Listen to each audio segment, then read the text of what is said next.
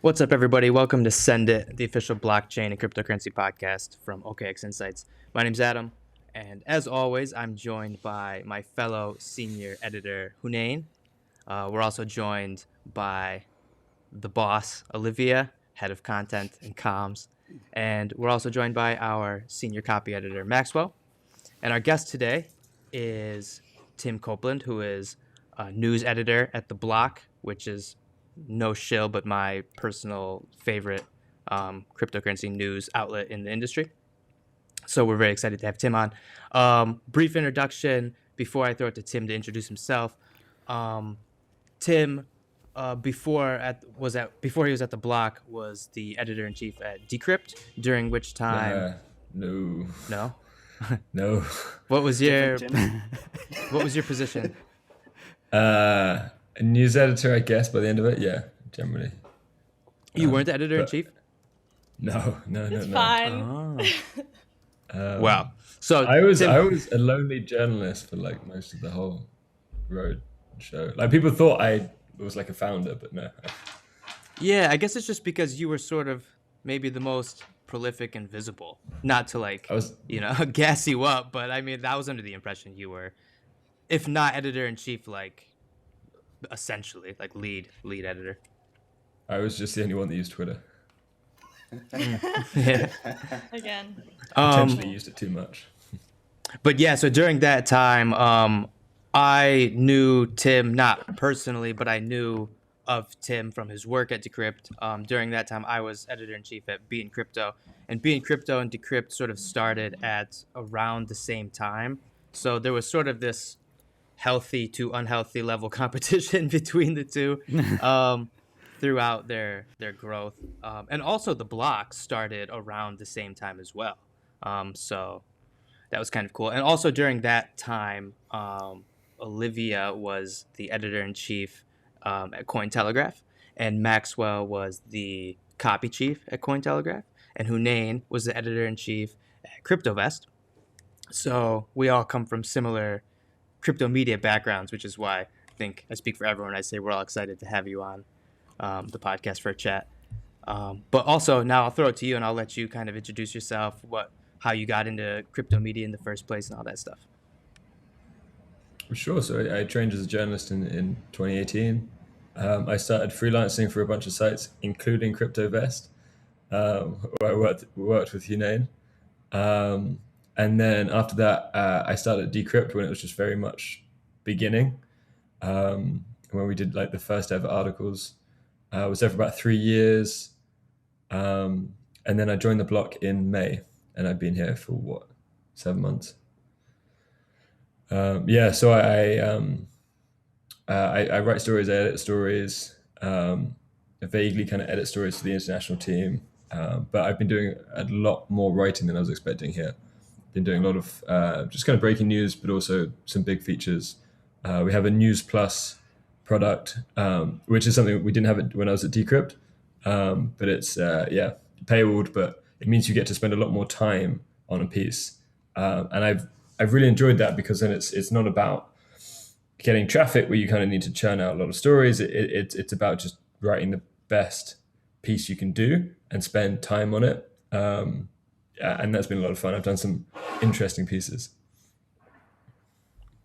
Yeah, I mean, I come across your pieces, I would say almost daily, because every day, I go through all of the various news, whether that be from crypto Twitter or from The Block or Cointelegraph or whatever. I usually kind of default to The Block for like really industry related news. And I see your pieces almost daily. Yeah, and I'm curious so from my perspective, I do think, and again, this isn't like shill or anything, this is only my personal opinion. I do think that The Block does have a higher standard than the rest of the cryptocurrency market, like cryptocurrency media market. And I think that's because I always get the sense there's less of a drive for clicks and a drive for traffic, and more because of the business model and the News Plus product and the other paid products. more of a focus on like actual industry development stuff that maybe like other media outlets I worked for in the past might consider boring, and not really driving clicks, but actually useful and actionable information. Um, Yeah, what's your yeah. what's your take on that? It's definitely true. We have the best team in the business, and I can say that kind of knowing a lot of the kind of crypto sites quite well. Like we are at nearly 100 people now across the whole company, and that is made up of a huge research team, which is maybe like 30, 40 people, and then a good sized journalism team, which is like expanding very rapidly. And it's the combination of the two is very effective. Particularly with the stuff I cover. I tend to cover a lot of tech, very crypto focused stuff, and so the researchers see a lot of the stories quite early. Often they'll send them my way. I then dissect them, understand them, explain them. But it's how we have so much more detailed pieces quickly, that are out quickly, compared to other sites. For example, take like the Poly Network hack. Like that one, I was making lunch at the time, so I wasn't like really paying attention. And the researchers just basically went through and got all the information. And then I think I was just about to eat my lunch, and someone pinged me to effectively write it up. So I was like, okay, lunch to the side. I wrote it up, realized it was actually a super interesting story. I mean, $611 million getting stolen in a cross-chain exploit, potentially one of the first of its kind. And we just had all of the details, like specifics on kind of the money that was stolen, the wallets, all of that kind of stuff. And then we would have had it out much earlier, but we spent about 5-10 minutes haggling over whether or not it classified as a DeFi hack or not. One of our researchers, Igor, is very precise on his definition. So for him, it wasn't. But for the rest of us, we felt it counted. So that was just about like the headline. We just debated that for a while and then eventually sent it out. And we were still the first site to cover it, even though I was making lunch and we had a big debate over the headline. But yeah, it's that kind of thing that I think makes our coverage stand out. And also just the people on our team are just really passionate about it, about crypto, and just finding the most interesting stories and have incredible due diligence. Well, if there's anyone here Did you who get to eat your likes arguing about headlines and terminology, that's Max. It's Max's favorite but I hobby. really appreciate that you guys like take the time to talk about those things, because I think they are really important. And I feel like sometimes there's the counter argument, especially in a breaking news, like in a breaking newsroom, that it's like, okay, but we can get it out and then we can go back and fix the typos or change the headline. But I think the damage often is already done. I don't know what the statistics are and how it is, but I feel like when a push notification goes out and people like see that headline, depending on how fast it goes, that's probably the largest share of the readers are going to see in the first 10, 15, at least the first hour. I remember at Cointelegraph, we were looking at our data, and I mean, it essentially just didn't make sense for us to go back and put resources into copy editing breaking news after the fact. But I guess how does that balance work for you at the block?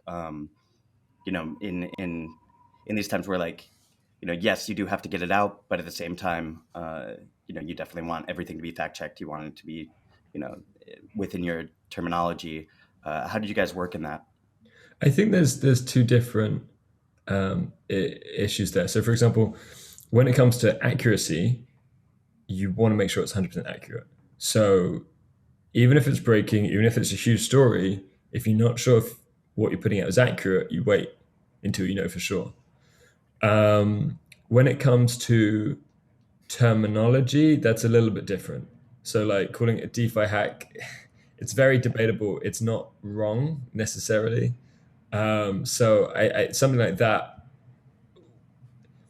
isn't such a big issue because, and that's something that you can change, and it's not that it necessarily materially affects the story or people involved in the story. Yeah, for me, I don't think traffic. Well, it depends how quickly you change it, but obviously you do get a peak of traffic in the beginning. But usually, particularly if it's Google traffic, it can come through over the next few days. Push notifications aside, because push notifications are immediate traffic, pretty much. Yeah, when it comes to changing headlines, you got a few issues. One is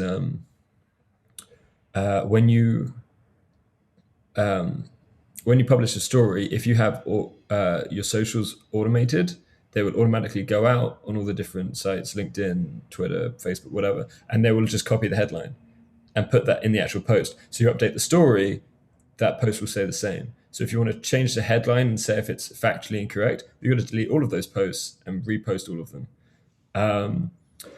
If it's kind of an update, either you do that or it's not worth doing. You still also have things like Twitter cards that don't like updating very quickly. So that's the bit where you just see a preview of the article.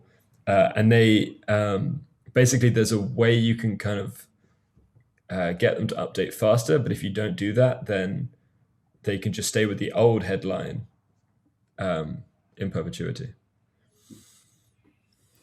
But I guess, I mean, how do you guys approach kind of like your level of standards that you have at the block? I mean, I think a lot of this and what you guys had, terminology, on that side, those are things you develop beforehand so that when those things come, you have a framework to kind of like evaluate something.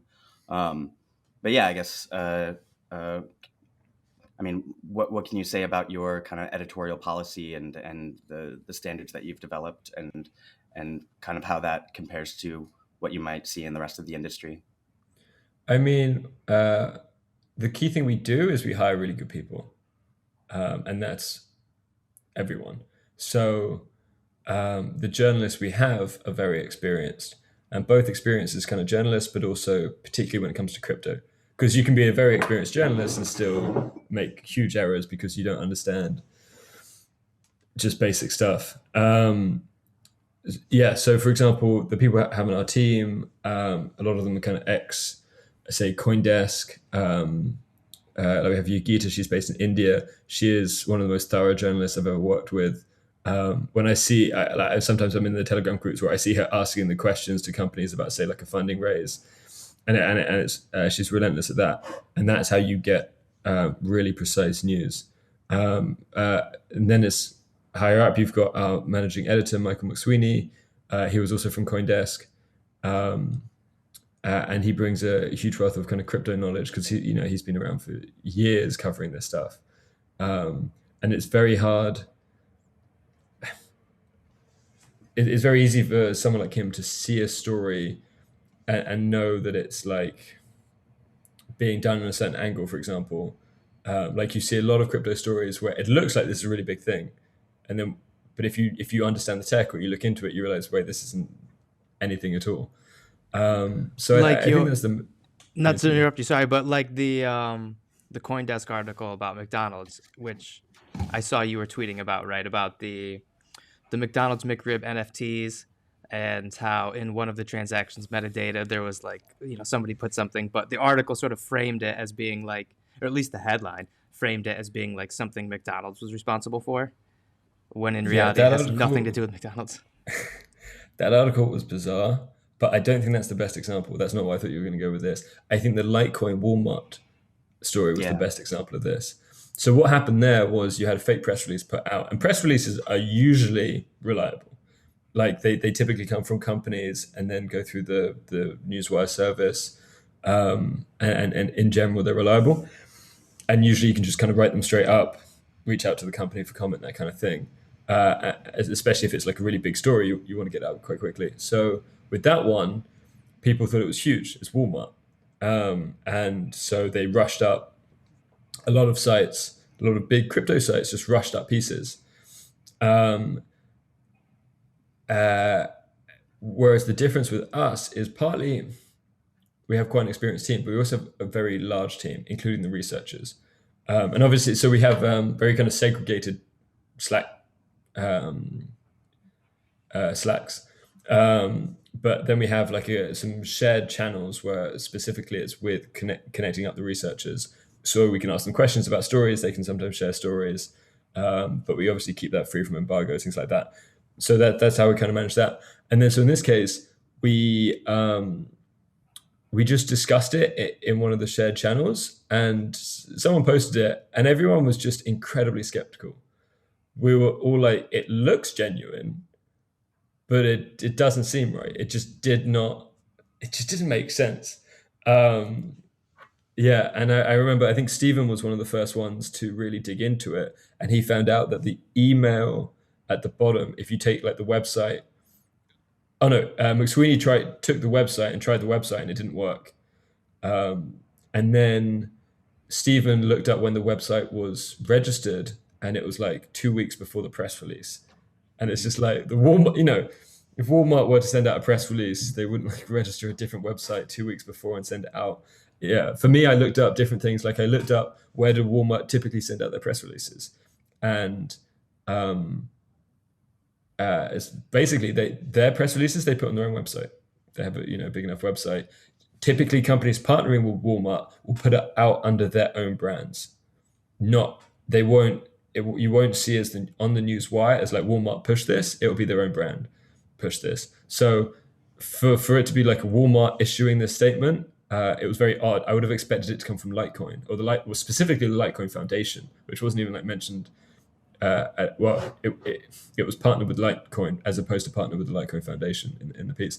So yeah, so we were all really skeptical when Stephen posted that thing about the website being registered 2 weeks beforehand. I instantly was like, I don't care if this story is like how big the story is, unless we know it's either true or false. We're not publishing anything. And in fact, what I actually did was I wrote up, based on the balance of probabilities, I wrote up a story saying that it was false. And then the moment I think it was CNBC found out that it was false, they managed to get a comment from a spokesperson. I put that in and published it. So, at the time you had other sites publishing that this partnership was real, with some of them like adding in updates saying, actually, it might not be real, maybe. We had a fully published piece saying that it was fake, referencing CNBC. So, yeah, I think that's kind of a really good example of our kind of due diligence. When it comes to the McDonald's story, that's just a strange story. I think in the beginning, I didn't read the first version of the article, but I believe in the beginning they thought that it was someone connected with McDonald's that posted the slur, which is a very surprising kind of accusation to make, just because it's just so unlikely. And then they kind of edited the story, but still left a bit of like, this is kind of McDonald's fault overtone, which, yeah, I wouldn't do. Not that I'd write the story to begin with.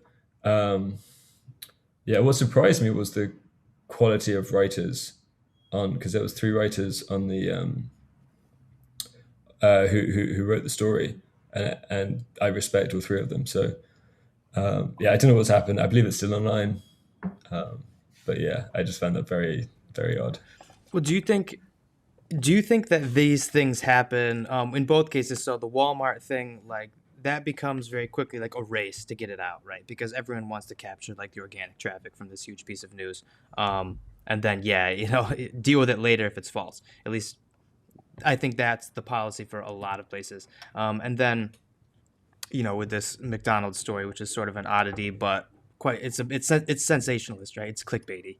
Do you think that the reason that the block, or one of the reasons, not the whole reason, but one of the reasons the block can hold itself to a higher standard, take its time, thoroughly research things, and make sure that everything is accurate before publication?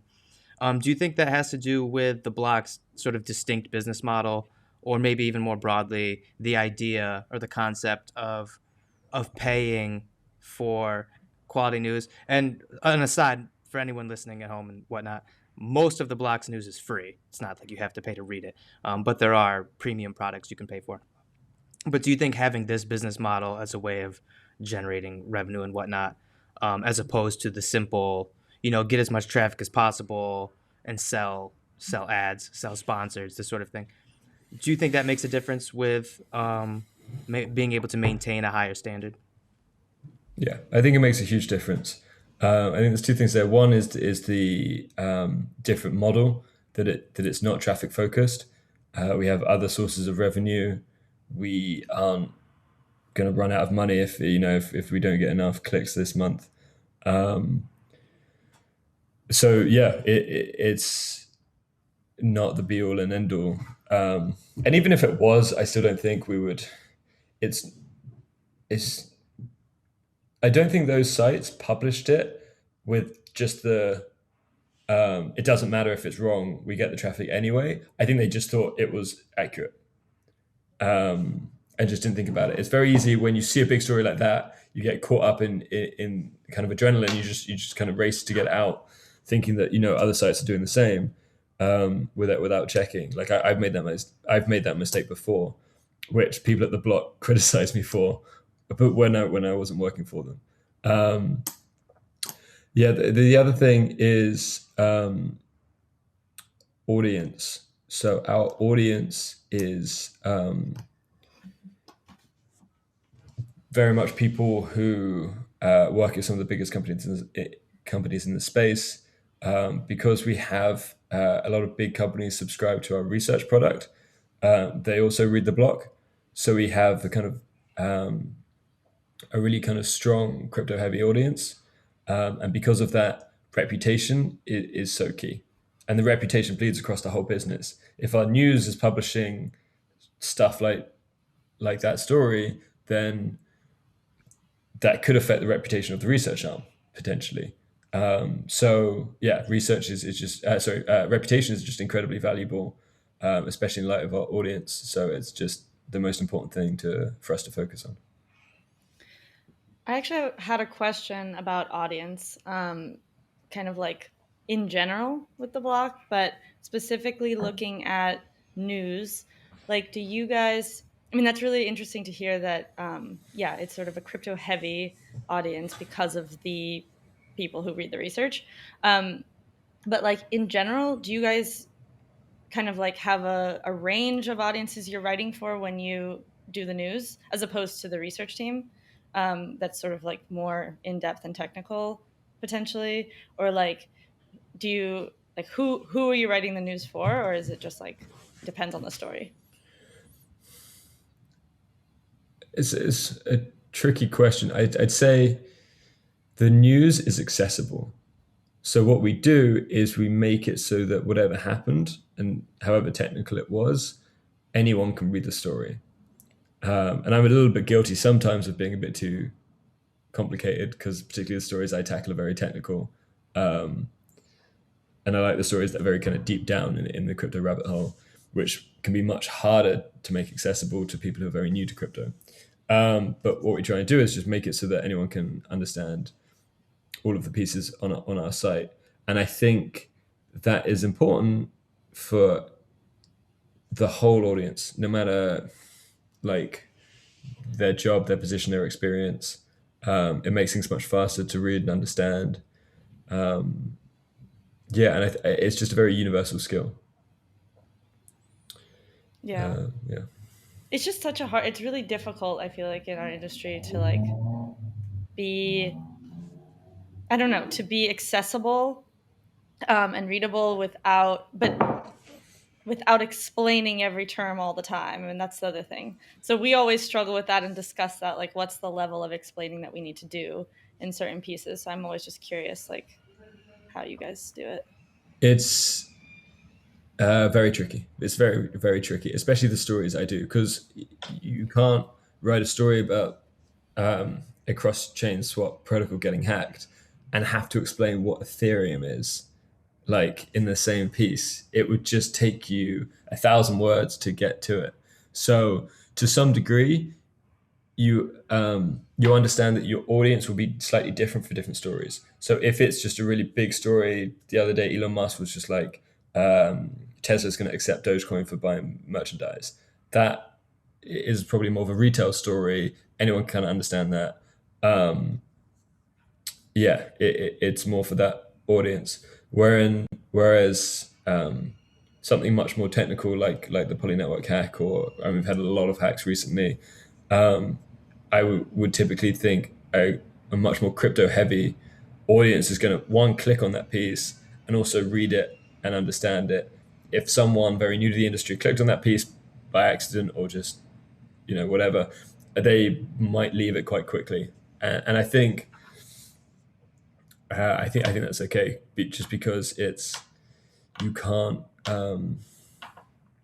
you just can't write the super complicated stuff for people who don't know anything about crypto. You need to create a linear way for them to fall into the industry, and I think that's why it's important to have things like learn content, to have explainers, and to try and explain as much as you can within every article you do, within reason.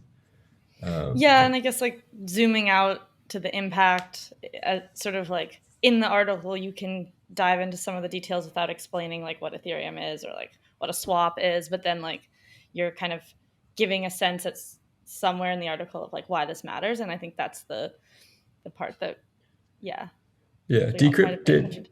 to. Decrypt has a relatively nifty solution to that.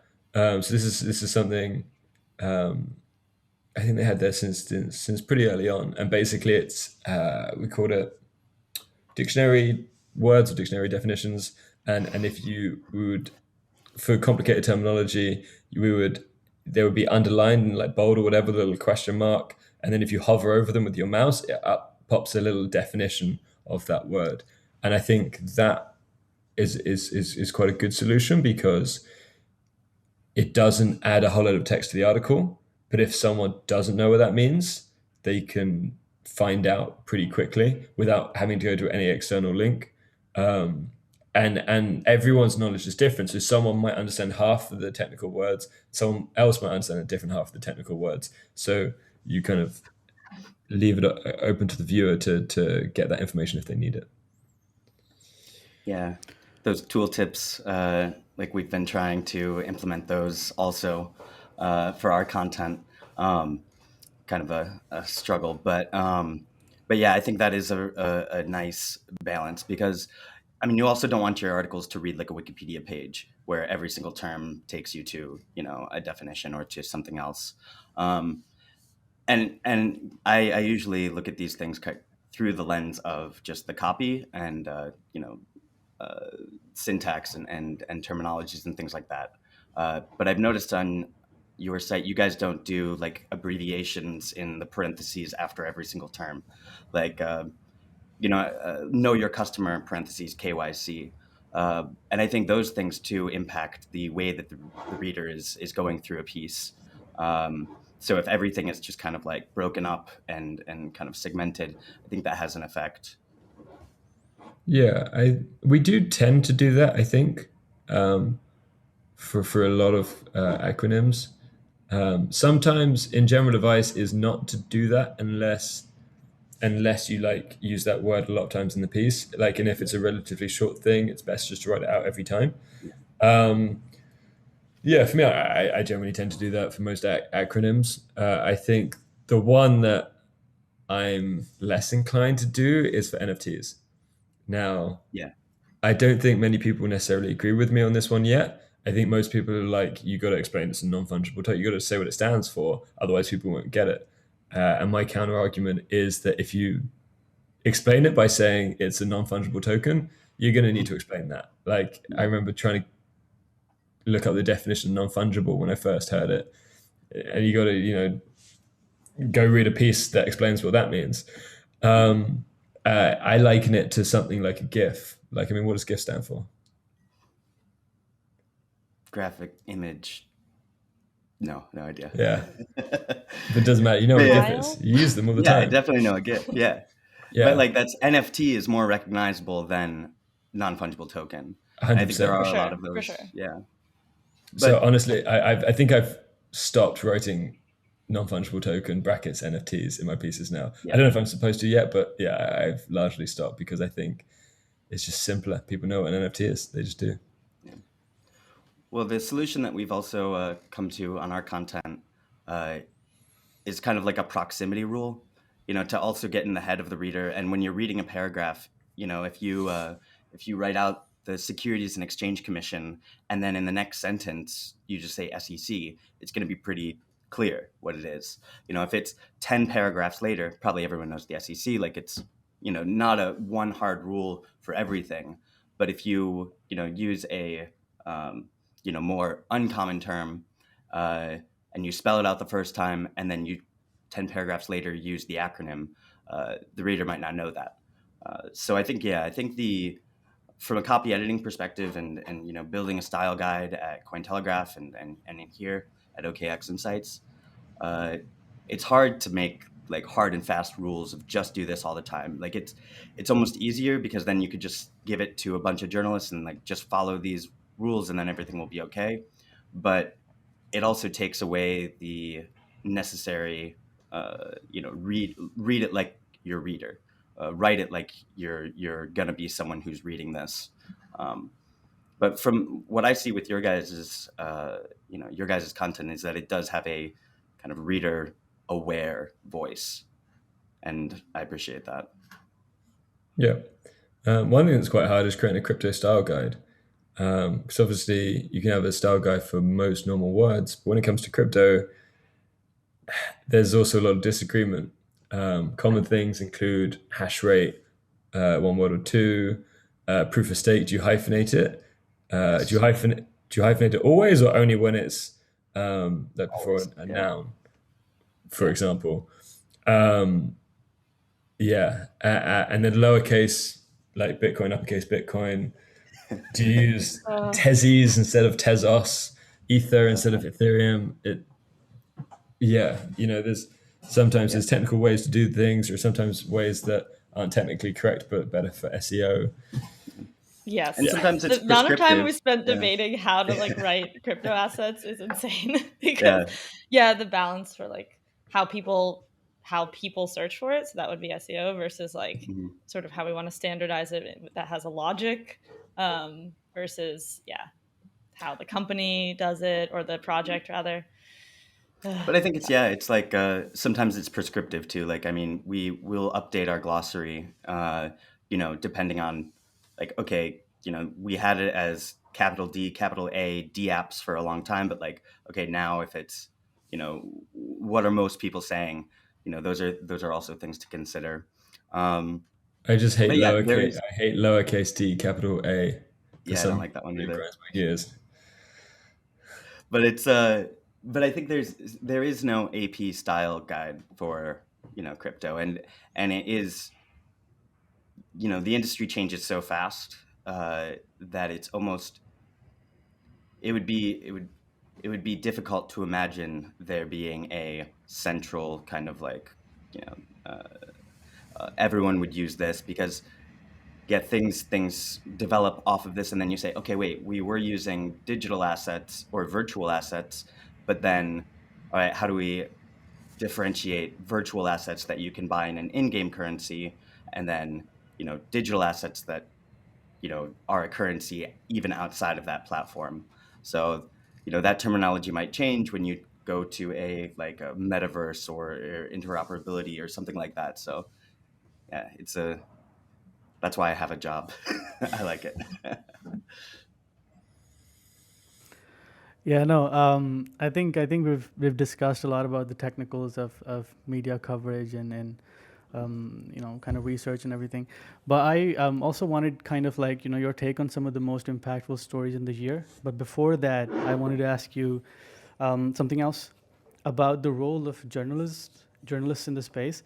I mean, journalists have typically been gatekeepers, especially in like traditional media. So for example, the Walmart story that you mentioned earlier, that's a good example as well, because so somebody at CNBC was able to get in touch with a spokesperson at Walmart, because that person is not easily accessible.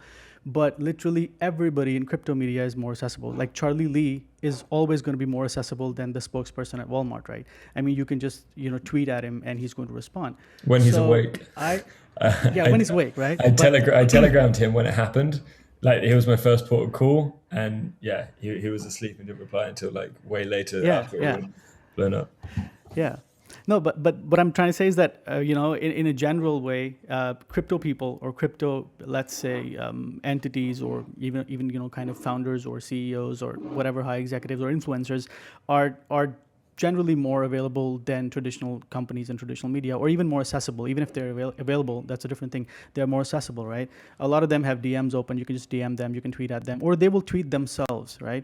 So the role of journalists, in my view, in the crypto space is kind of fading a little bit. They're no longer gatekeepers. I don't think they're gatekeepers anymore.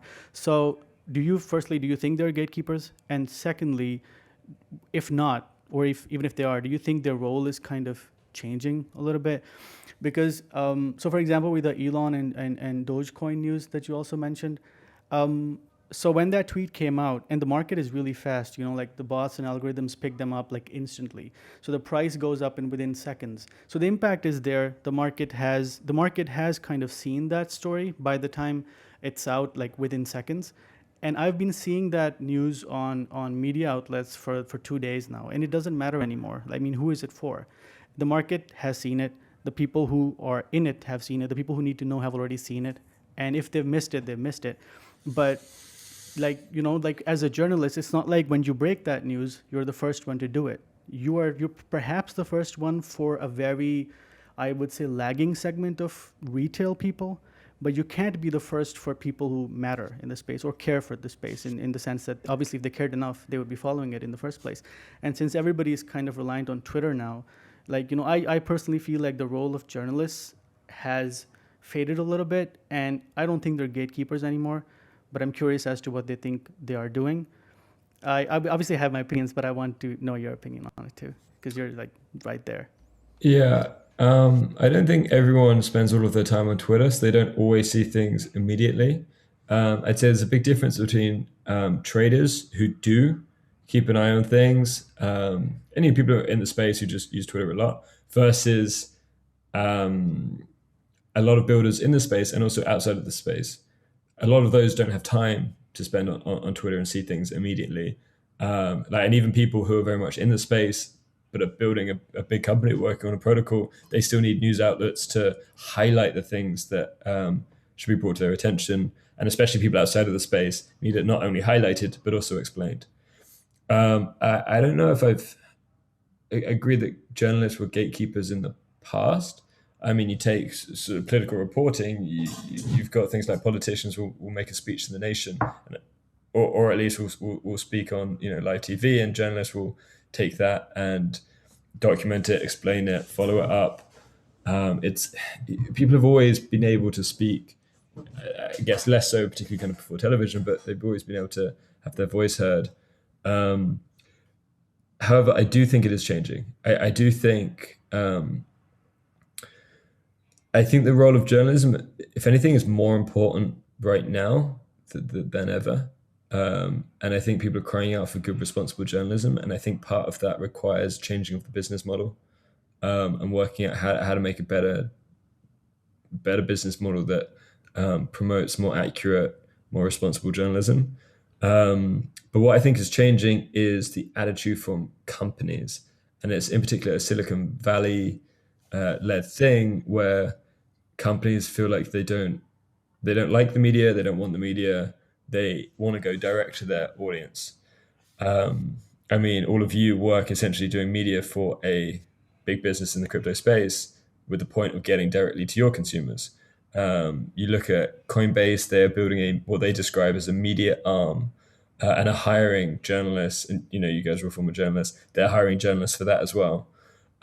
You've got Tesla doesn't even have a PR office anymore. You just get Elon Musk with this bizarre quote replying to a journalist in an offhand way. And you just got other Silicon Valley startups that just aren't interested in the media. I mean, Coinbase is a good example. Like they have both a Medium blog, but also Twitter. And that's how people like Brian Armstrong will speak to their audience, and definitely it is growing that you'll see companies and sometimes the leaders of the companies, like the CEO, speaking directly to their user base. And in doing so, they can cut out the media. And I think that will probably increase. I think companies will look to try and create as many direct ways of promoting themselves and interacting in a way that they can control their narrative that they want to push.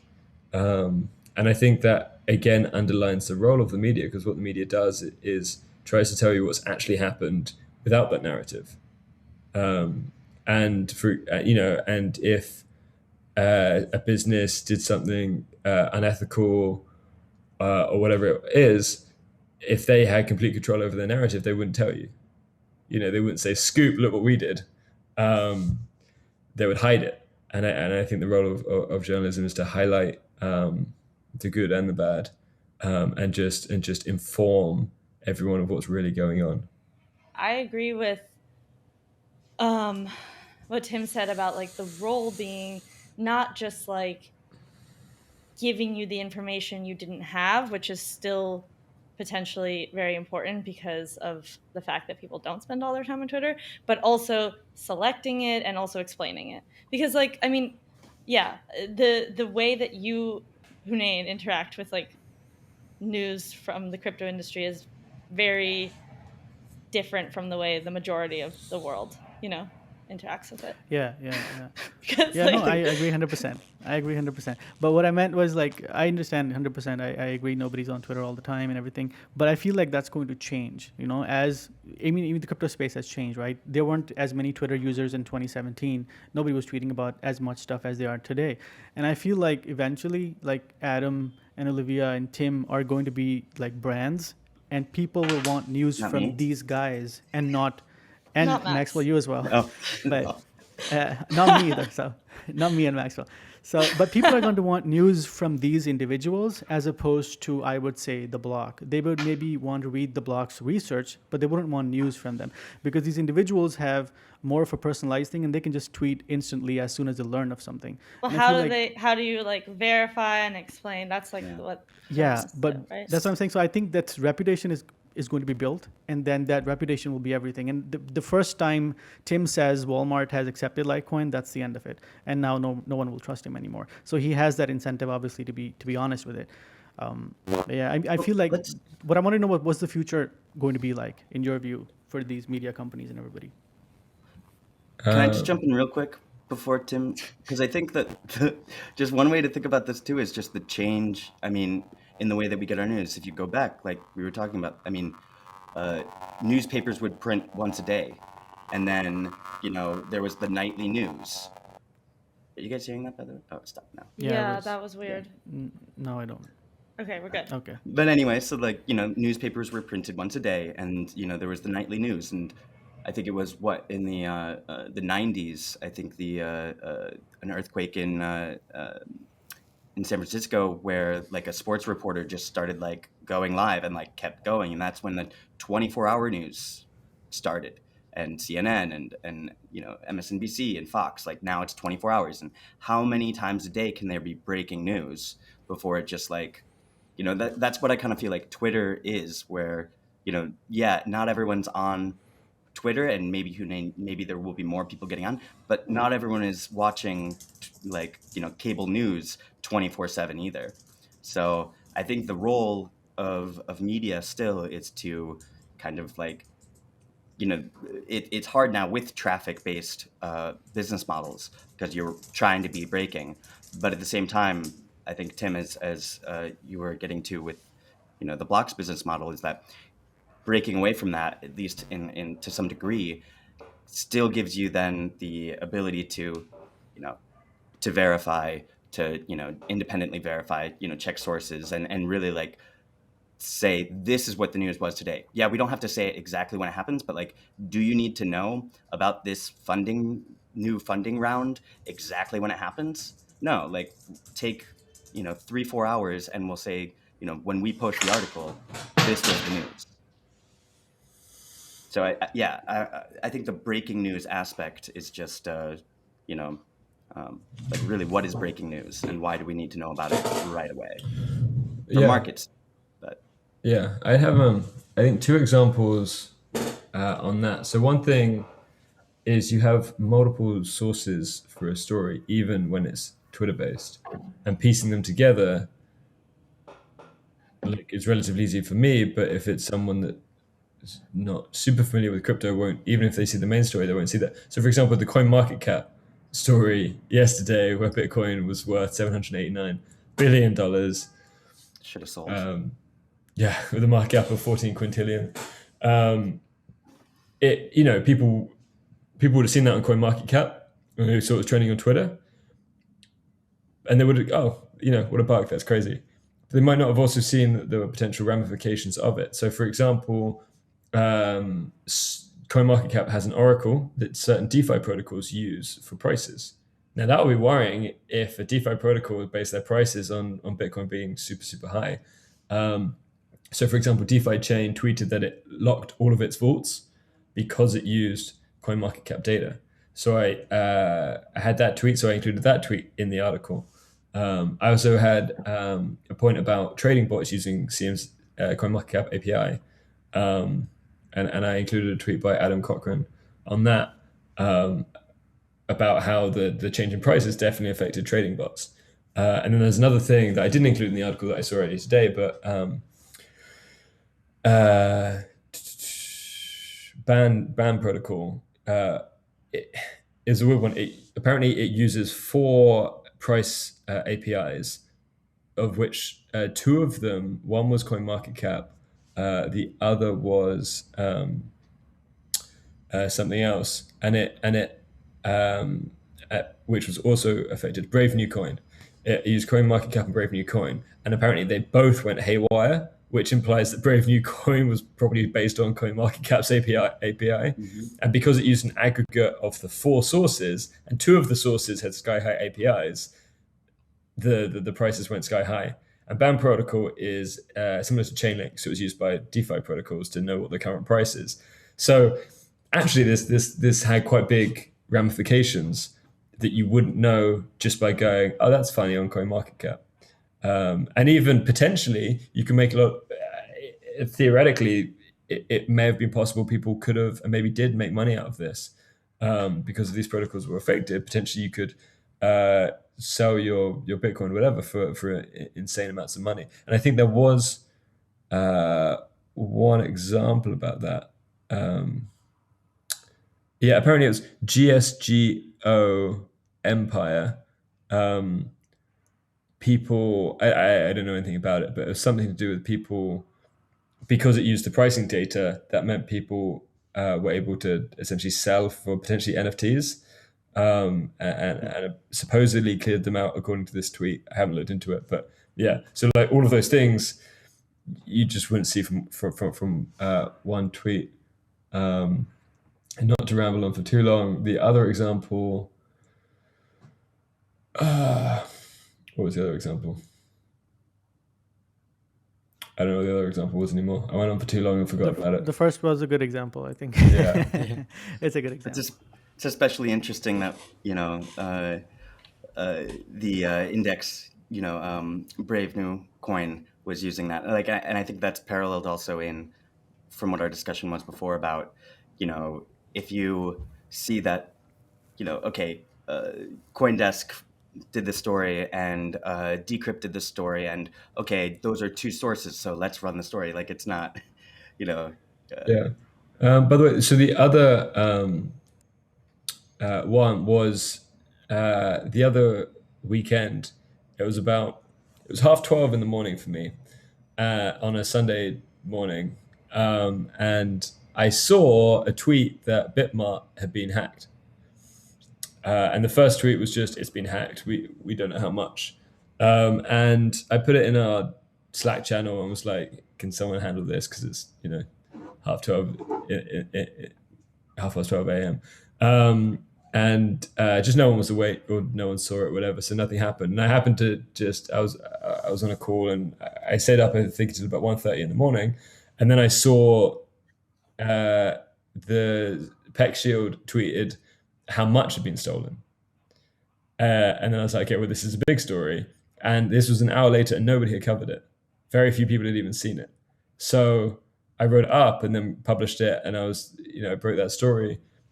And then yeah, and then we had a lot of people read that story, and that's just an example how you can have something go out directly on Twitter, but people don't see it, pick it up, realize how valuable that information is. Yeah. I also think That's a good too. example.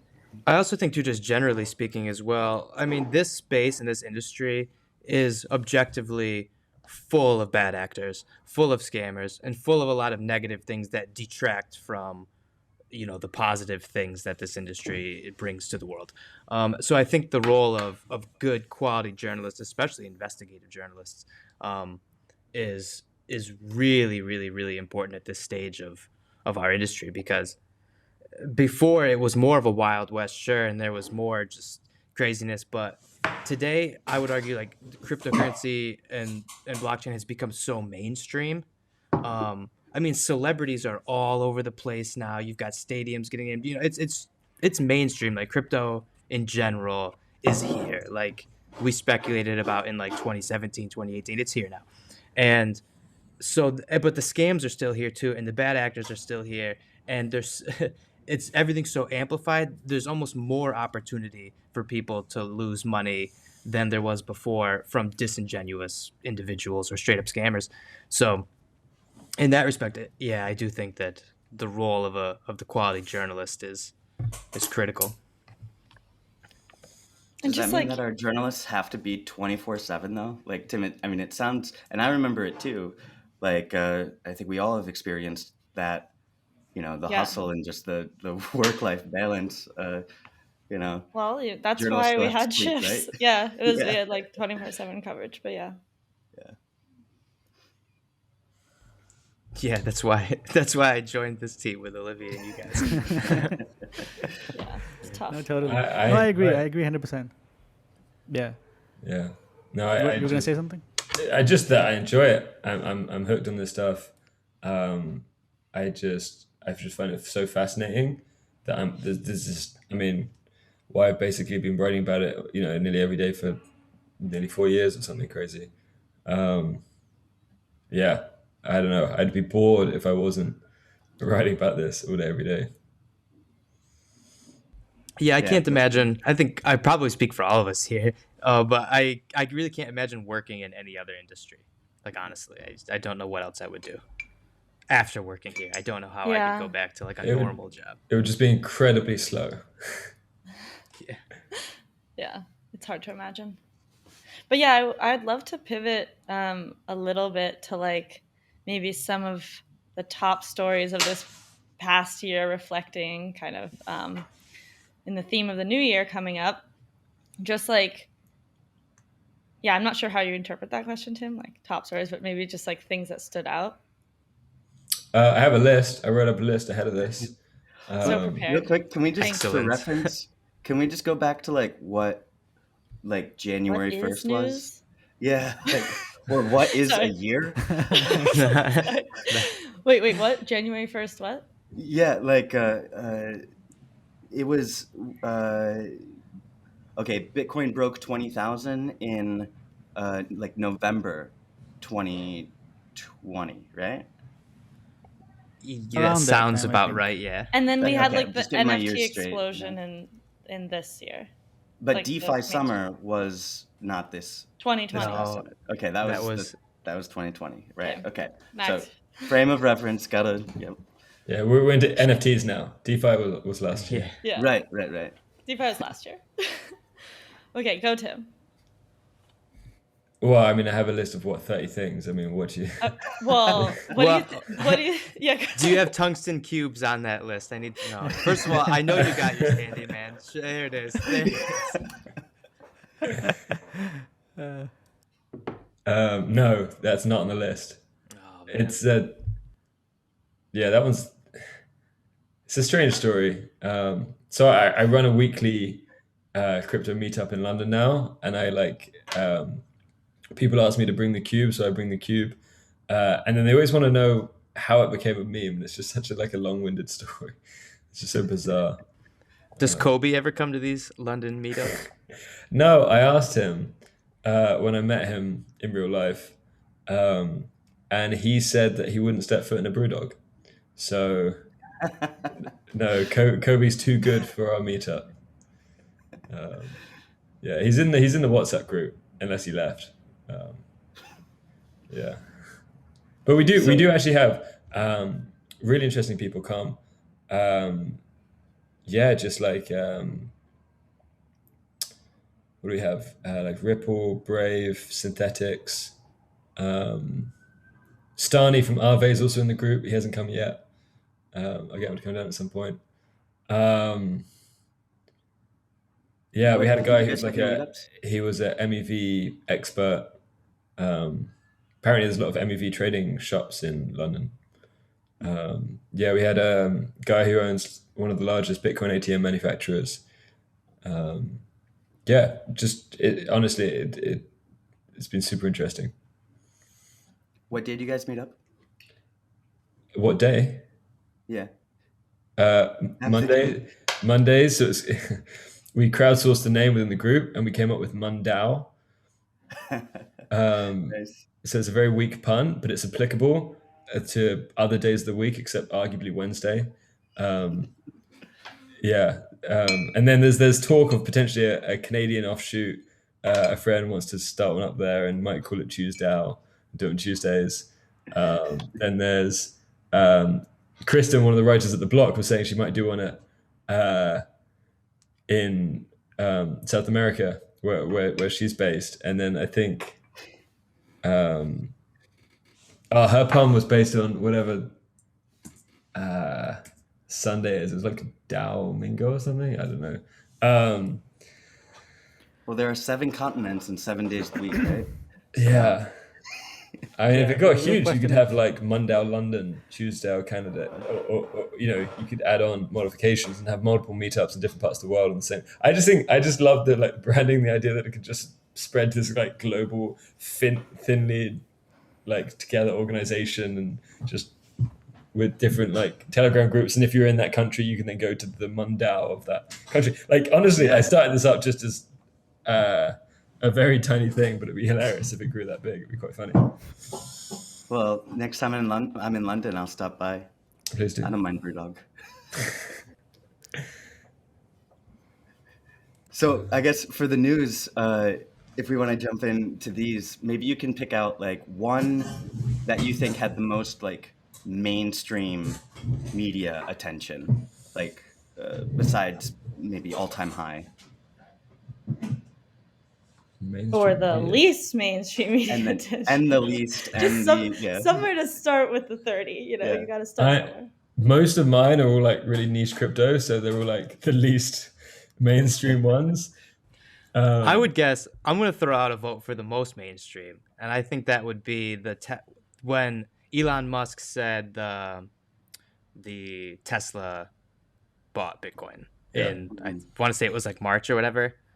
That was like, that's my vote, or at least that's what pops into my head immediately as the biggest one. That was just like, whoa, that or the Litecoin story. But the Litecoin one was for, but we already went over that, so we don't think it people maybe.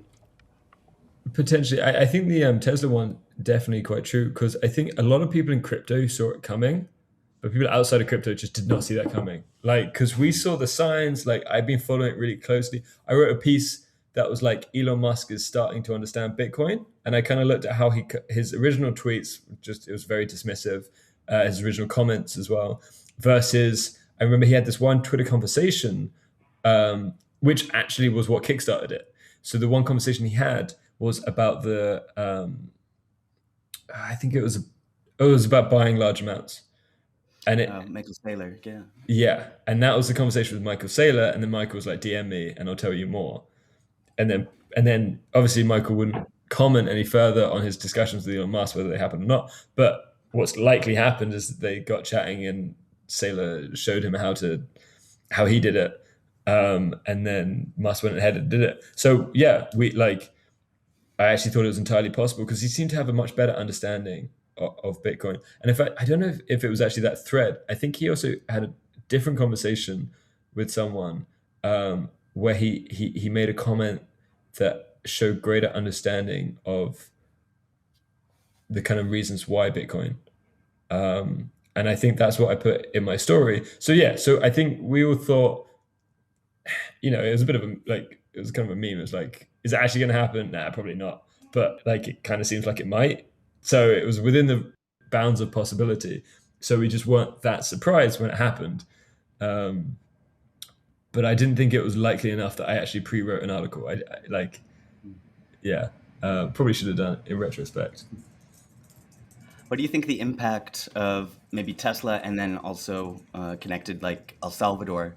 They were big news stories and, got a lot of like market attention. Everyone was really excited. But I mean, there haven't been a lot of other companies that have like followed suit and added crypto assets to their balance sheets that I know of. And, I don't know any other countries that are making it a legal tender. So what is your kind of opinion on the kind of impact of those steps? Yeah, just on my previous point, it was actually his response to a tweet that said that Bitcoin isn't good in terms of like high throughput, like making small payments. They said it was a patch through fixed reserve banks and inflationary insanity. And Elon replied, "Good point." And that was the bit where I went, wait a minute, he might actually suddenly go, "Oh, I can't buy coffee with this," to, "Oh, this could actually be quite useful." And I do wonder if that was like one of the turning points, or at least a public representation of what was going on in his head behind the scenes. In terms of like the kind of adoption we're seeing, I put a tweet out like recently. Someone commented on one of my tweets that they were saying how like crypto, we're still not seeing like a first use case with 1 billion people or like kind of widespread adoption that we like all promised a few years ago. And for me, partly, I mean, we're still building the entire tech stack all the way through. Like if anything, it's almost dangerous. We have so much money within some of these projects when you're building the base layer, the second layers, the projects on top, the infrastructure layers, and they're all changing and interacting with each other. And people are definitely going to, you will lose money along the way. So obviously things are going to move slowly. But that said, you've got big companies like, Tesla, SpaceX, etc., owning Bitcoin. Before the whole country kind of giving it a shot. You have the whole of the Philippines playing Axie Infinity.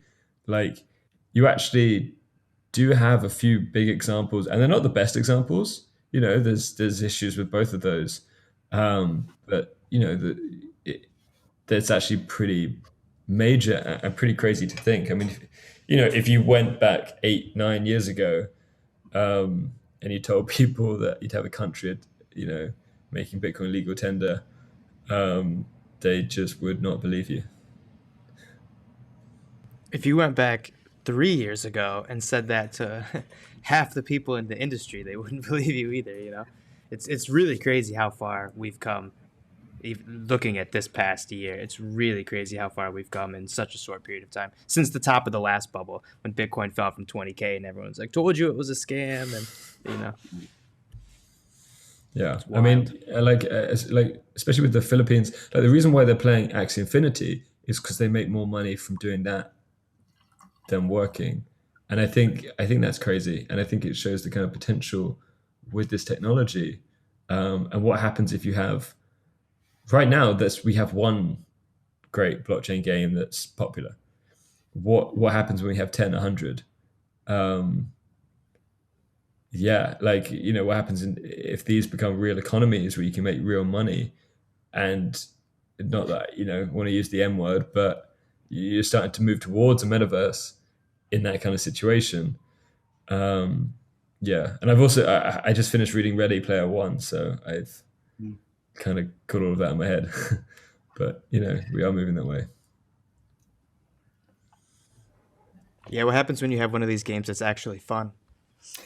But it's interesting too, along that point, like there was a fear, I think, even back in the early days of the industry and stuff too, like before I was even in it, but there was a fear that like any dystopian future would essentially use blockchain technology, or would use at that time, use Bitcoin's technology, like steal Bitcoin, the blockchain, just generally speaking, and use that to make a cashless society. You know, the whole like chip in your hand, social credit score, all that stuff would be on a centralized government blockchain, that sort of thing.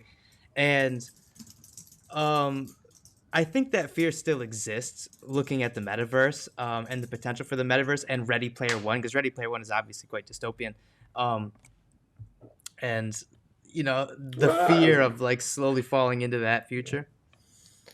Sorry, it's dystopian in the real world, less so in the metaverse, but yeah, I see your point. Yeah, in the real world, exactly.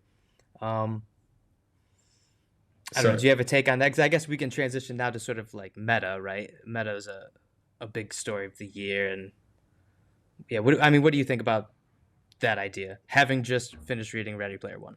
Sorry, I got distracted by what I said. What was the? Can you say the question again? Sure. So like, having just finished reading Ready Player One, what do you think about the idea of a metaverse?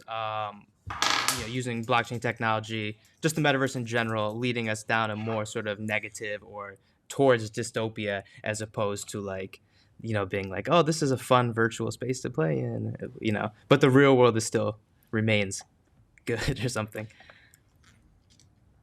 There's a few things there. I think that's the worry with a lot of this technology.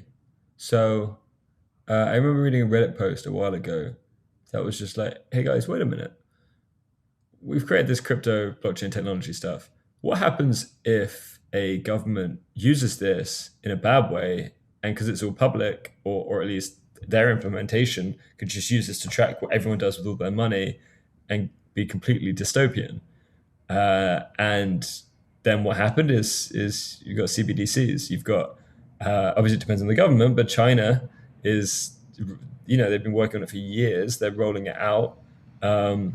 I think it won't be long before it's the primary currency there.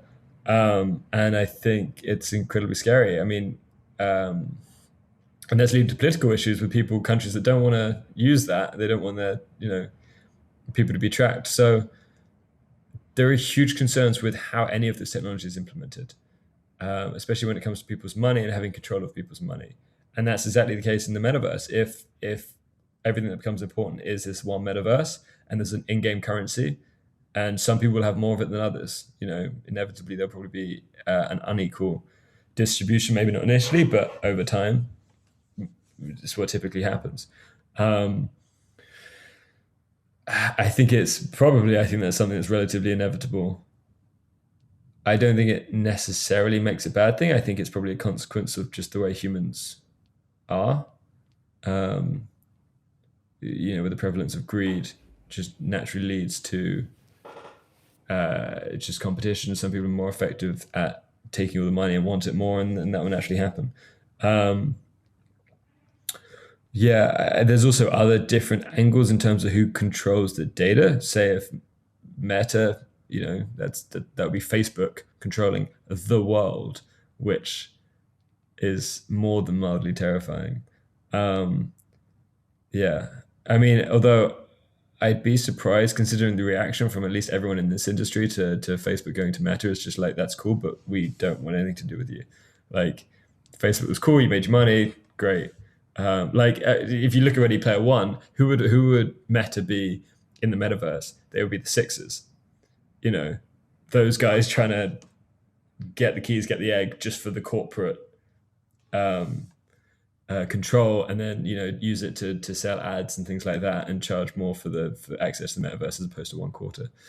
So there's potential issues both in terms of having corporate kind of ownership or dystopian governmental ownership, and then there's also, even if it's a perfect system, with humans using the system, you will end up with imperfect results. So, I mean, you look at the Matrix, how I know it's obviously fictional, but they tried creating a perfect world, but it wouldn't work out. So they had to introduce like the variable, which was like Neo and Agent Smith, to balance it out. And I think it's a little bit like that. Yeah. I mean, but Meta was a big thing, and so was Tesla. But if you had to pick like one story for the year that you think is according to you the biggest or the most impactful and perhaps the most meaningful for the space, which one would that be? So yeah, those ones very much kind of the ones that hit the mainstream, particularly. I think the most interesting story, I think for me and quite a few people in the crypto industry, was probably Constitution DAO. I think it's also relatively recent, so like I've been covering it quite closely, but it was just such a perfect example of what you can do with not just the crypto technology that we have, but also the willpower and community ethos that we have. Like, yes, there's infighting between coins and stuff, but in this case, it was just this grand idea they had, and in a week they had like $47 million of funding, of which I don't know if it's for all of that, but at least what was donated like directly through the page, someone said that the average transaction was $200. And when you're going to I think it was interacting with a smart contract like that, I think the gas fee was at least like $100 or something, maybe more. So, I mean, yes, obviously people wasted a lot in transaction fees. Maybe it could be done a different way, but that was how much people who even didn't have that much money, they just wanted to contribute because they just believed it was such a great idea. Yeah, I just really love the whole story. I think the fact that they got bought out by like almost like an archetype of commercial, Citadel CEO, is I think probably quite frustrating for the project. I don't think it's necessarily the end of these types of projects, and I think it almost makes the story more of a story, how they got foiled right at the end by this kind of nemesis. Yeah, it's a really strange one. I think we might well start to see more of these. We already saw, I think it was Free Ross DAO, which essentially tried doing the same thing, but was more successful, and they managed to win the Ross Ulbricht's NFT that he sold. So it's curious if that's going to become a big thing, because clearly there's appetite for people just aping into something knowing they're going to get a fraction of it. And it's a very different way of auctions, because if say if you had two millionaires bidding for something and they both wanted it, well, alternatively, they both join together, pay as one, and get half of it each. Like it's kind of efficient in a way. Obviously, there's the whole, just because you tokenize it, does that really count as ownership? Yeah, there's a lot of questions there, but I think the intention was really cool. Yeah, and I'm very curious how that's going to develop, what more projects are going to spring up. I wonder if in the future you're going to have different competing DAOs trying to like outbid each other. Maybe it'll get to a point where millionaires won't be able to get involved because there's DAOs competing. And at that time, it was just like a DAO with a single focus, which meant you knew how much money they had. If you had DAOs that were more generalist, which already exist to buy NFTs and things like that, but say if they were at an auction, you wouldn't necessarily know their treasury. You might know their treasury if the whole DAO's treasury is public. That's possible. But just because you know they have a certain amount of money, you wouldn't necessarily know how much they're willing to bid on this. So you would lose the transparency that was a problem for Constitution DAO. I just thought it was a fascinating story. Yeah, and the contributors got compensated well as well, right? I think they got 1 million people token for one Ether contribution. I think so. I'm not sure. Yeah, entirely. but that doesn't. I know. Yeah.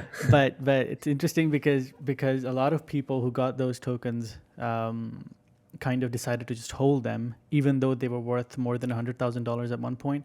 But people were like, this is something that's just getting started, and they wanted to kind of keep them and see where this goes, because it's such a new thing.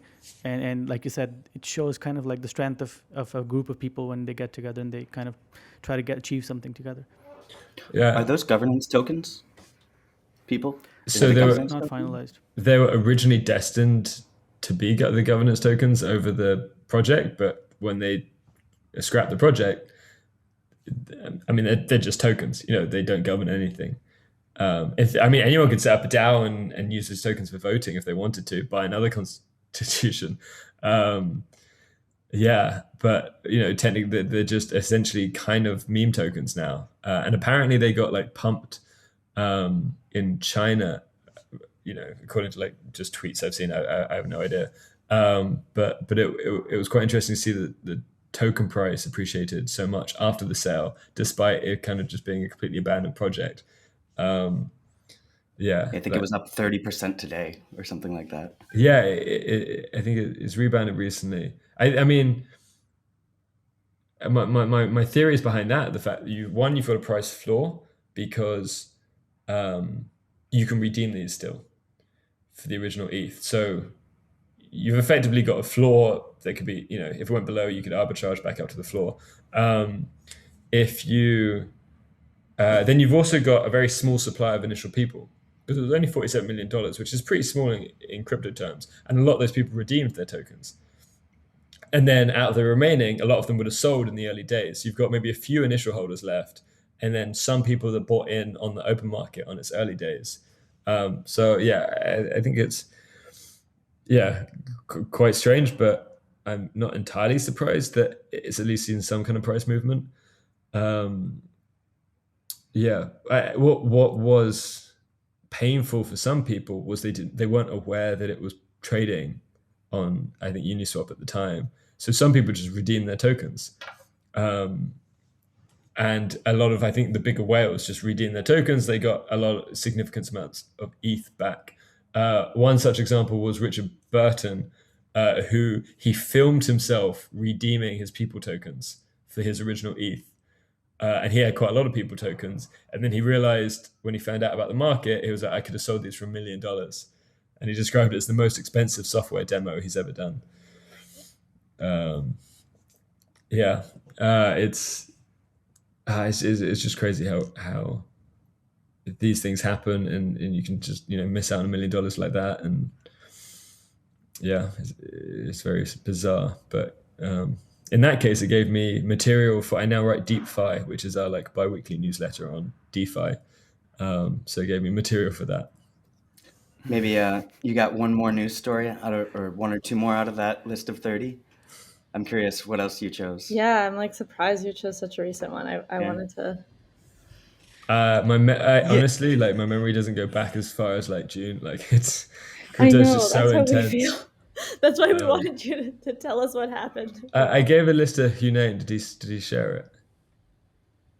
I'm just gonna. Oh, so you and Hunain have the secret channel going. Yeah, we've been like, you wouldn't believe the things he said about you. This whole conversation. I would believe it. Yeah, all these nicknames for you. I still can't believe you did that. Wow. Adam won't believe that because he's the one who gives out nicknames. So it's okay. I also have a private chat with Adam. Yeah. Tim, can we have a private chat after this? On some other platform. Not after what I've heard about you. So I sent the list in our podcast chat. Oh, to pick from? Okay. It's a long list. Yeah. Well, I mean, Tim, even if you just want to just kind of run through them with just hot takes on them, like brief descriptions, whatever, you don't have to go on too long. But I'm just curious to see this list you made, what you identified as being stories that you consider to be top stories of the year. Yeah, I mean, for context, I just went through every story I've published this year and wrote down the interesting ones for me. Just these are the ones I knew I could talk about, and I generally only write stories that I find interesting. So I find all of them quite interesting. But yeah, I'm basically happy to chat about any of them. Wow. Can you say why are crypto staking businesses making a killing this year? So that was a big story. Yeah. So that's a recent News Plus story I did. And yeah, it started when I was in Lisbon for Breakpoint, the Solana conference, and I was chatting to someone who works at a staking company, and they mentioned that they are making $10 million a month in revenue. Now that's a lot of money. And what's different with staking is it doesn't if you compare staking to a Bitcoin mining company, you don't have the same expenses on electricity and equipment as you would. So if you did like a direct comparison there, the overheads are so much smaller. And so you really are printing money. In reality, it's better to compare it to a Bitcoin mining pool. And it's more of a similar business. But yeah, I mean, at the moment, like those kind of bigger staking companies are making revenues equivalent to Bitcoin mining pools, equivalent to the biggest Bitcoin mining pools. And then I'd say, half as much as some of the biggest Bitcoin miners. So it's a big business. And I think it was an interesting one because staking's been around a while. And I think what made the story new and why it was like quite successful was because it's combination of we've had all kind of major new blockchains of proof of stake. Like it's only kind of Bitcoin forks pretty much left on proof of work. So it's this kind of prevalence of this consensus mechanism across the whole industry. And in combination, we had a layer one boom in this year, particularly in the summer, so only the last few months. And you've seen prices absolutely skyrocket for basically all of the other layer ones as people realized. I think it started a while ago with Binance Smart Chain when they went from being just a blockchain to a blockchain platform, and then they have dApps and everything, valuation shot up. And I think people started realizing that was happening with others. And similarly, you also saw when Zcash said it was going to move to proof of stake, its price went up. So I think people see potential kind of down this line of that kind of thing. And yeah, I mean, as a note in the piece, you had tokens like Solana up like I think 12,900% since the start of the year, things like that. And if you're staking these tokens and the value of these tokens go up 12,900%, your revenue goes up by that much.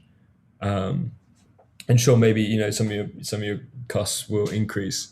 But for context, running like a Solana validator, which is one of the most expensive, you're looking at about $100,000 a year, so like less than 10K a month. Yeah, and and if that's one of your most expensive kind of validators that you're paying for, and you have maybe you're on about 20, 25 networks, you have up to 25 more validators, but cheaper ones, but you're bringing in $10 million a month. You're just printing money. Your biggest cost is staffing, like any other business, equipment, and just a few other things. Yeah, honestly, I was just shocked at how much money they're making. I think it's suddenly become a huge business, and it's only happened because it's happened so recently. You haven't seen a huge influx of new staking companies. Because it's a very specialized thing. It's very hard to do, and people outside of the industry don't necessarily realize it's such an opportunity. And it takes a while. You want to hire enough people that can run validators across 20 blockchain networks. You can't hire that number of people in a week and all of those experts. And a lot of the good people will already have jobs. So I think right now for the companies that are already existing and who are across the major networks and have good reputations, they're making an absolute killing. And I think there's huge opportunity for many more companies to come into the space and to try and take some of that market share. And I think when they do, things will get obviously less profitable for the current businesses. But I think you'll see, I think you'll definitely see that happen over the next year in particular. And if proof of stake continues and nothing goes majorly wrong, there's going to be massive. By your assessment, do you think that as it stands now, being, like you said, a relatively new and young thing, almost sort of like one of the better kept secrets in the industry, the staking business, do you think that currently there's some sort of centralization concerns in regards to this? Speaking about Solana quickly, I mean, I haven't pulled it up in front of me at the moment, but one of the common criticisms is that there's not enough, too few validators control, the 51%, the majority of the network. Though I know that the Solana people push back against that because there's also similar sort of accusations levied at Ethereum or anybody for that matter. But do you think because the proof of stake industry, the validator industry, let's say, is so new and there's still so relatively few players compared to maybe the Bitcoin mining industry, do you think that there's a bit of a centralization concern maybe with big companies or big exchanges or big whoever that just have a lot of governance tokens? Or, they either have a lot of governance tokens or they just have a lot of proof of stake tokens, so they have a lot of validator control. What's your take? I mean, it can be concerning when they have a lot of governance tokens. There's a potential issue with Aave recently, with one individual getting quite a large supply. They were getting a little bit worried. When it comes to staking, I don't know. I think that there's always potential concerns for this kind of thing in general. In terms of the amounts of governance tokens, I would need to check that. Like, I don't know whether or not that's gone overboard. When it comes to the kind of centralization with just a few players, I think what's probably key there is how many validators they have per network. So take like Figma networks. If it started controlling, let's say, 10 validators on one blockchain, I don't know why it would do that, but if it did that, then you've got concerns for the network. But as far as I know, that they, in all likelihood, they just have one per network. And because of that, assuming proof of stake is secure, then I believe that should be fine. Yeah, there's also the potential. I mean, and again, this isn't new because looking at EOS, right, in the beginning, and the big problem with EOS detractors might say is that there were too few validators, right? And because of that, it was very easy to have validator collusion. Early on in the earlier days of EOS, there was like news reports and stuff of, or at least accusations. I'm not confident a lot of things were necessarily confirmed, but a lot of accusations of a lot of money changing hands to bribe validators to vote one way and whatnot.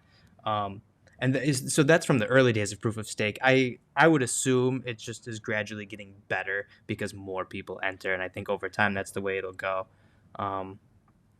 But yeah, so I was just curious. Yes, yeah, that's definitely true. I think EOS is a very fascinating, almost counterexample to what you just said. So did you see recently the EOS community banded together, particularly a lot of the block producers? I think that's what they call them. Yeah, they banded together and they decided to essentially kick out Block One and to stop paying them. Block One had a deal where they were essentially getting paid from directly from the EOS network a certain amount of EOS, and it was just getting paid on a regular basis, and it was scheduled for the next few years or whatever. And essentially that was their payment for supporting the network. And these guys decided, we don't believe you're supporting the network, so we're just going to cancel that payment. It actually impacted Brock Pierce as well, because EOS had promised a huge chunk of that payment to go to him. And then, apparently he got a little bit angry recently that they decided to cancel Block One's money, which meant they indirectly cancelled his money. Even though the money was supposed to go back into the EOS community. So, yeah. But what you've got there is you talk about collusion, and collusion, you could argue, can be done for good or for bad. But what happened then was all of the block producers and ones outside of the top 21 or 27 or whatever it is, got together and unilaterally changed the code to stop that payment to block one. Now they all colluded together. You could argue they did it with the whole community's backing, or at least the majority of it. They had big support. They had, you could argue they did it in the best interest, all of that stuff. But what they did was they banded together and made a decision for the whole network. And yeah, and it kind of comes down to proof of stake. If you think that's a secure system, fair enough. If you think that's worrying that can happen, then it's a concern. But yeah, so yeah, collusion definitely exists in proof of stake. Whether good collusion, bad collusion, depends how you put it. Yeah. Well, and it's not Wasn't like it you also can't with bribe Solana? miners, in proof of work if you needed to. So There's a difference though. You can bribe miners to reorder transactions, potentially exclude transactions for a period of time, or prioritize transactions, but you can't bribe a miner to change the network's consensus rules. I can bribe a miner to increase the supply of Bitcoin to 22 million. They don't have the power to do it. And you could bribe a miner to support a hard fork though, in an attempt to make the hard fork the dominant chain, which could change the rules. Yes. Or bribe 51% of the miners. Which will Well- cause the Yeah. Depends. You'd also potentially 51%. You'd always have to. You might need to do 51% of the nodes. I think it depends what you're doing, but yeah. But what I was it mean, with yeah, at the end of the day, Solana? maximum decentralization is generally considered to be the best, whether it be proof of work or proof of stake, to act in the best interests of, the wider community and not a few people.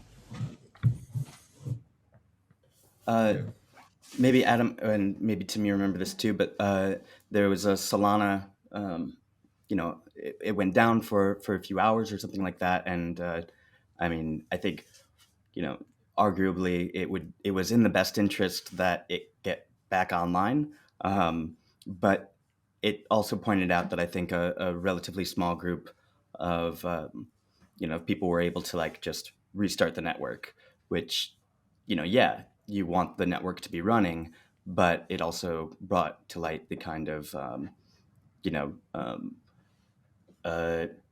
maybe truer, amount of or level of decentralization or lack thereof than what people might have expected or hoped for.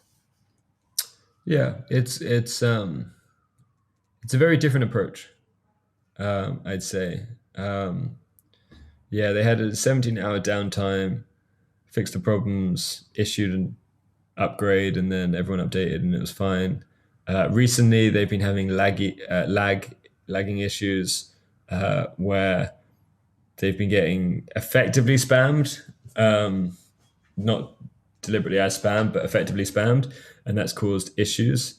And I think they submitted an update the other day for that. But these tend to coincide with IDOs, right? Especially with the Radium IDOs. Yeah. It reminds me a lot of somebody just botting like a fashion drop or something like that, just the Solana blockchain way. Yeah. I think it's similar to other cryptos that have companies behind them, like Cardano, Zcash, Binance Smart Chain, or at least where you have like a specific company or group of individuals or a foundation specifically workers on writing the code for the blockchain. I can name many more. What I thought was quite interesting was the way Anatoly was like, if there's one copy of the blockchain that exists, then it's safe and secure. As long as there's just one copy, as long as one person has one copy of the blockchain. I think that's, I don't think that's a view shared by many in many other kind of crypto communities. which is why like I asked him quite a bit about that when I interviewed him. Yeah, and his point is that as long as it's one copy and you can verify all the proofs, then then we could all rebuild from there. Yeah, but you have got concerns. I mean, you look at Binance Smart Chain, which is a similar-ish kind of high throughput, similar kind of model, which has also been very buggy, very laggy recently. That's had huge backlash from the community, but just because they claim that Binance are just changing things without really like consulting them, and I've heard that people are really struggling to run nodes anymore, that they can't get them to sync, or that people can't spin up new nodes, and that there's only a few kind of historical nodes remaining. I haven't kind of looked into it, but yeah, it's running a high throughput blockchain is very tricky. Like blockchains are almost deliberately inefficient, particularly kind of when it comes to Bitcoin, and the inefficiency is justified by the security. Whereas high throughput blockchains, you're trying to get the best of every world, and you could argue they sacrifice decentralization to do so. But it's very hard to have this complete decentralization, which is a very inefficient model, and also have all the inefficiency you want from a centralized model. Yeah, but we'll be watching Solana and see if everything gets fixed or what happens. Yeah, that's the blockchain trilemma, isn't it? Like something, you can't, at least right now, you can't have all three. There's always got to be a trade-off somewhere, whether it's privacy or decentralization.